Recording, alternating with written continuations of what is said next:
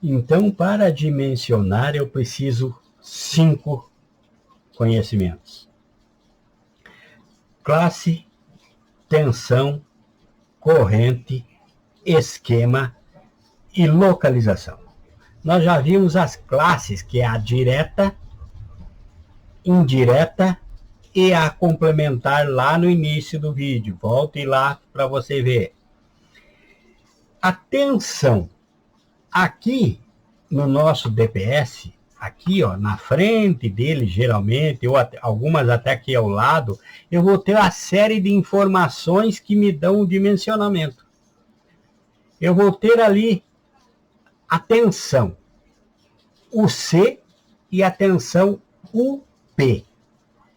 A tensão UC que está ali, que vai ser 175 watts, 275 volts, 460 volts, vai ter essas 3 tensões mais comumente encontradas: 175, 275, 460.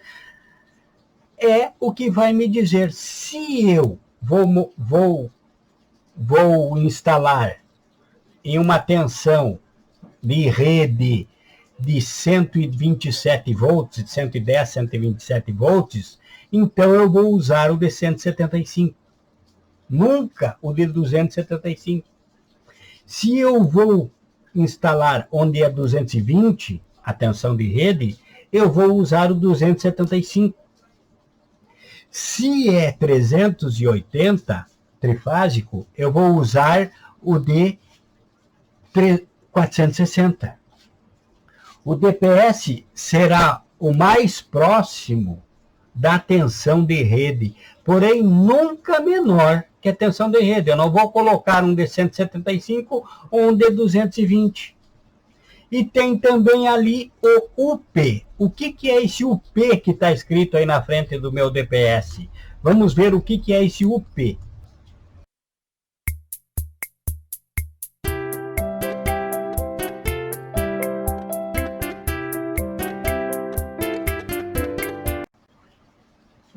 Então, você entendeu que o UC que está escrito na frente é a tensão de operação.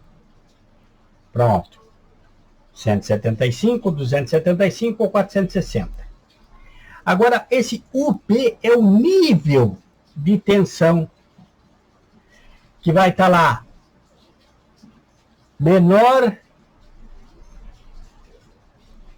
que 1,5 kV.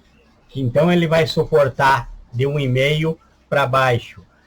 Vai estar lá um símbolozinho assim, menor que 2,5, ele vai para 2,5 kV. kV é 1,5 mil volts. Certo? Ou 4 kV. Isso tudo, o nível de tensão, você vai dimensionar segundo a NBR 5410, lá na tabela 31 da NBR, você vai ver conforme a tensão que você vai ter de rede, a UC, você vai ver a sua UP. A sua UP vai ser conforme a tabela. E o que acontece com o DPS? Durante o surto, o DPS detecta a tensão elevada na rede e desvia para o aterramento, certo? Porque dentro desse DPS, aqui dentro, ele tem um varistor, que é esse azulzinho que está aqui do lado direito. Esse varistor, o que ele faz?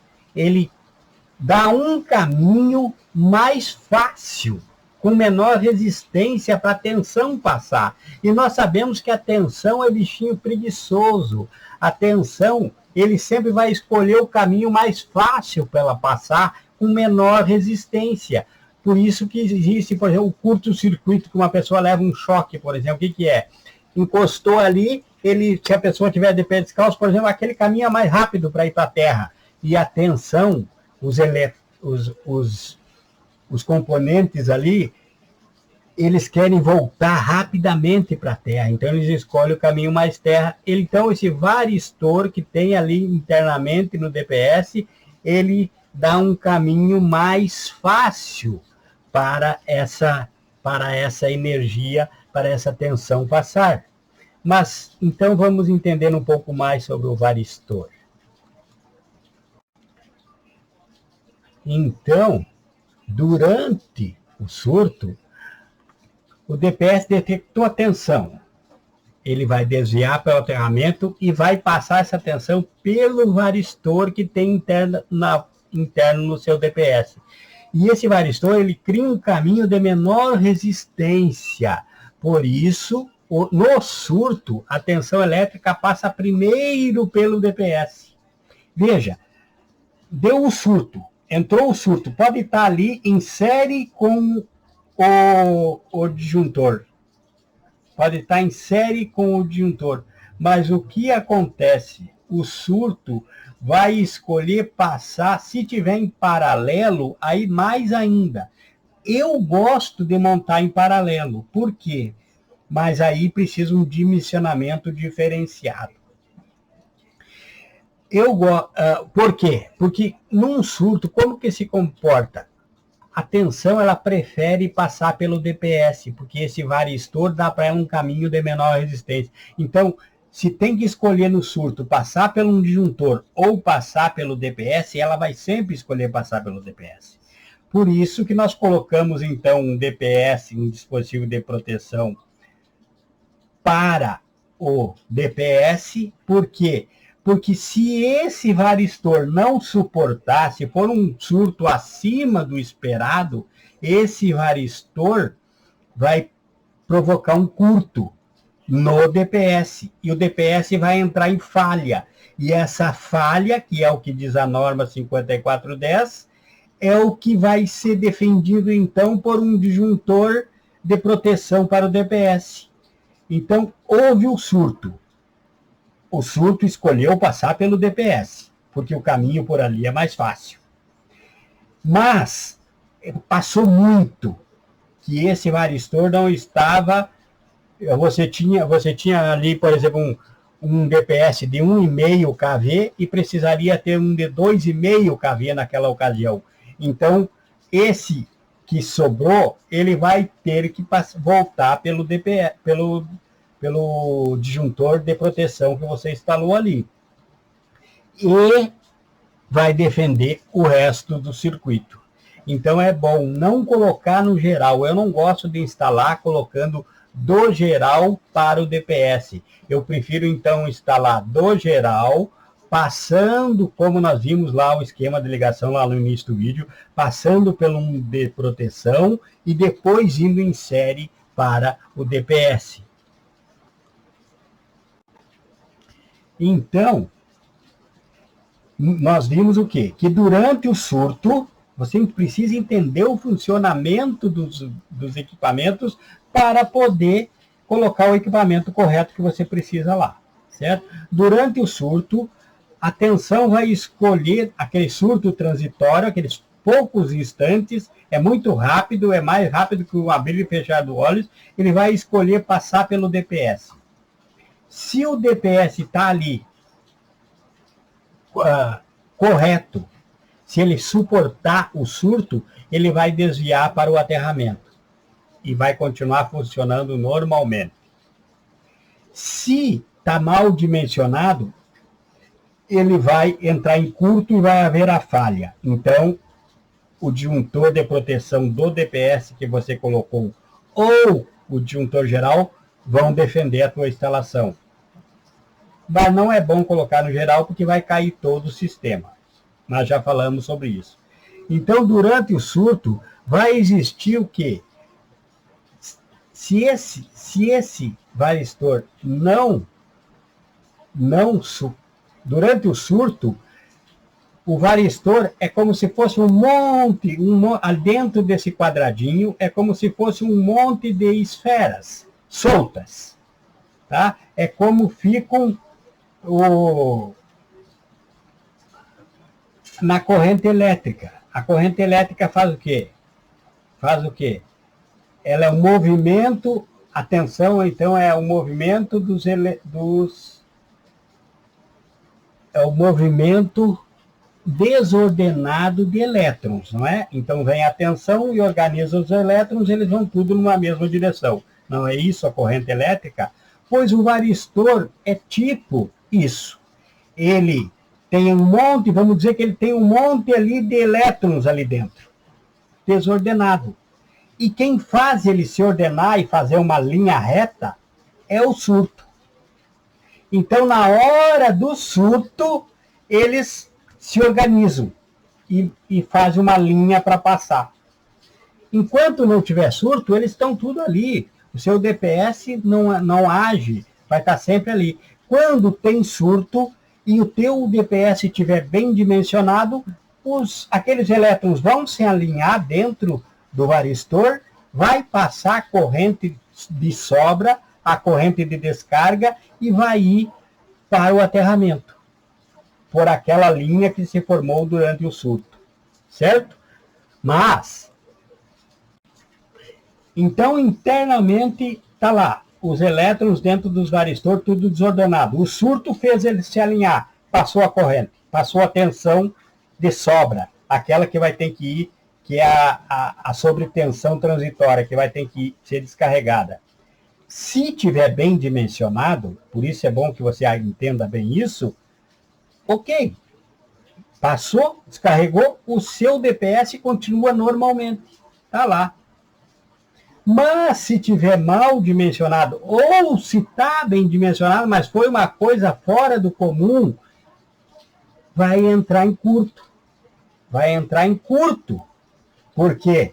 Porque quando ele trabalha, ele alinha assim entre a entrada e a saída do teu DPS. Ele faz uma linha para passar a tensão.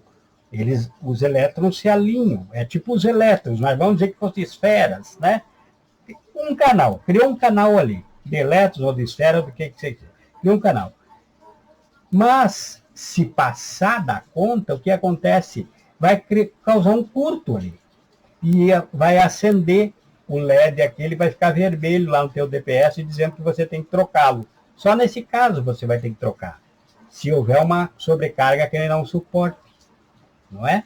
Ou, se ele receber tanta sobrecarga, que nós vamos ver a seguir, mais do que é permitido por esse UP, que esse 1,5 kV, né, nós vamos ver mais quanto ele vai suportar no máximo. Durante o surto vai existir, então essa tensão entre os terminais do DPS é a tensão UP.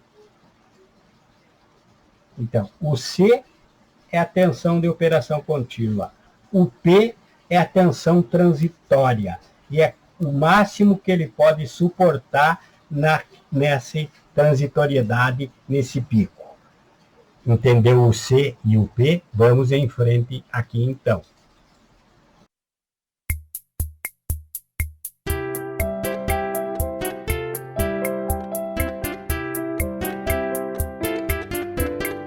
Então, você entendeu que quanto menor a tensão UP, melhor. Porque apesar do DPS fazer a descarga, passa alguma coisa para a instalação. E é necessário que fique dentro do suportável pelos equipamentos das instalações. Para saber a tensão máxima suportada, deve-se usar a tabela 31 da norma 5410, não esqueça. E aí, ali naquela norma, você vai ter as colunas. Tem a coluna da tensão nominal, que você vai ver se você vai usar um 175, um 275, um 460. E tem a coluna da tensão de impulso em kV. E aí você vai nessa coluna e vai na coluna que tem a categoria de produto, buscando equipamentos de utilização. Aí, no equipamento de utilização, você vai achar se é 1,5, se é 2,5, se é 4 kV, qual que você vai utilizar. Então, use a norma 5410 e as tabelas de normatização para haver uma boa escolha dos seus equipamentos, certo? E a corrente de descarga descarga. O que é? Tem aí na frente do seu... Então, nós já vimos que na frente dele vai ter lá T1, que é tipo 1 ou classe 1, ou vai estar escrito classe 1. Tem algo, depende do fabricante. Vai ter T1, que aí você vai saber que é classe 1. T2, classe 2. T3, classe 3. Ou vai estar escrito classe 1, classe 2, classe 3. E vai ter lá o C, que você já viu o que é. Vai estar lá o P, que você já viu o que é. E vai estar lá também I max, que é corrente de descarga máxima suportada. O I max é a corrente máxima de descarga, o máximo de surto que o DPS suporta, sendo que ele vai suportar 2 vezes a capacidade ali escrita. Ele vai suportar 2 vezes essa capacidade.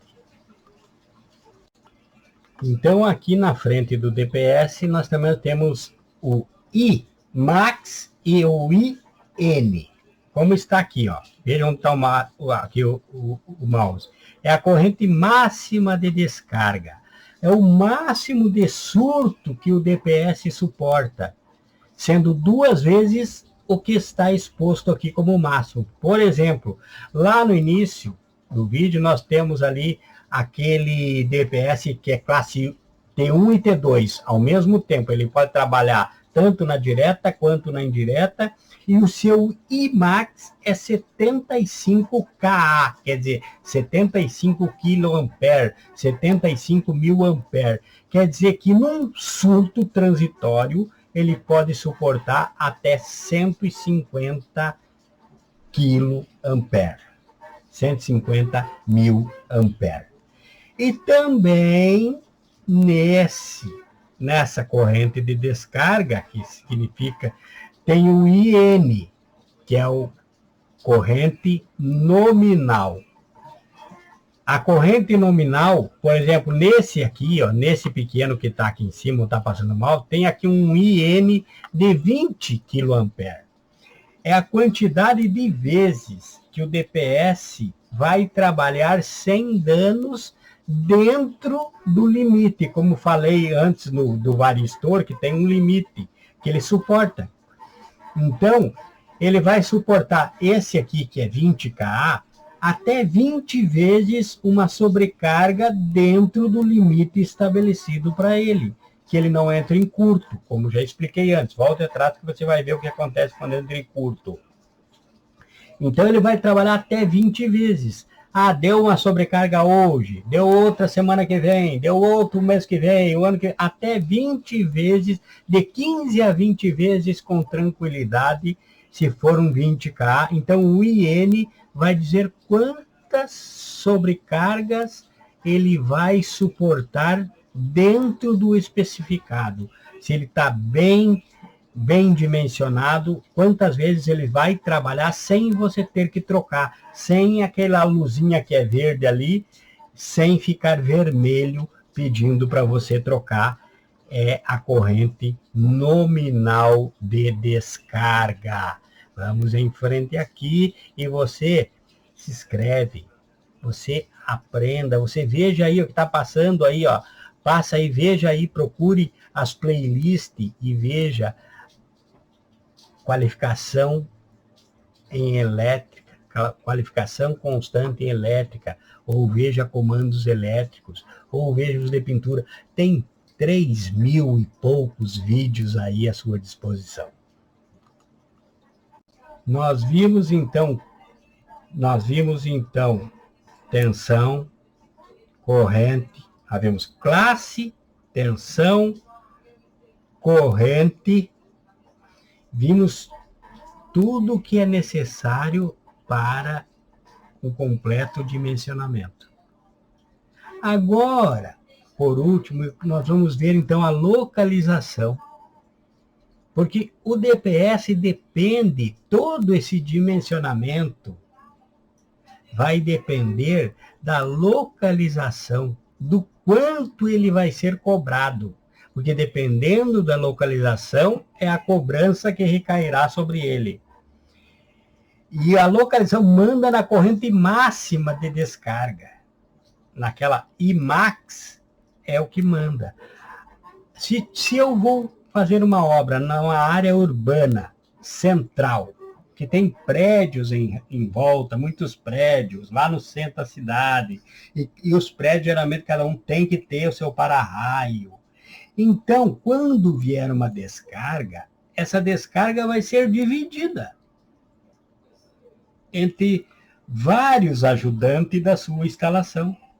Então, você vai poder colocar um DPS de 8 a 20 K. Bem baixinho, porque você vai ter muitos ajudando em volta. Agora, se esse DPS ficar numa área urbana periférica, num bairro da cidade onde não tem muitos prédios, não tem prédios muito afastados, não tem para-raios por perto, você já vai ter que botar um de 20 a 40 K. Agora, se for uma área rural, isso também tem a ver com a classe, né? Classe 1, área rural. Classe 2, dentro de casa. Então, também tem a ver com isso. Uma área rural afastada de zonas urbanas, de 65 kA no mínimo ou maior. Vai depender ainda da área rural. O que tem na volta dessa área rural. Certo? Eu falo tudo isso por recomendações. Porém, sempre, quanto maior a capacidade de corrente máxima suportada, melhor. Melhor para você, melhor para a sua instalação. Certo? Mas tudo vai depender do teu projeto, até onde você quer chegar, financeiramente falando, e o do teu conhecimento. Então, vamos lá e vamos em frente.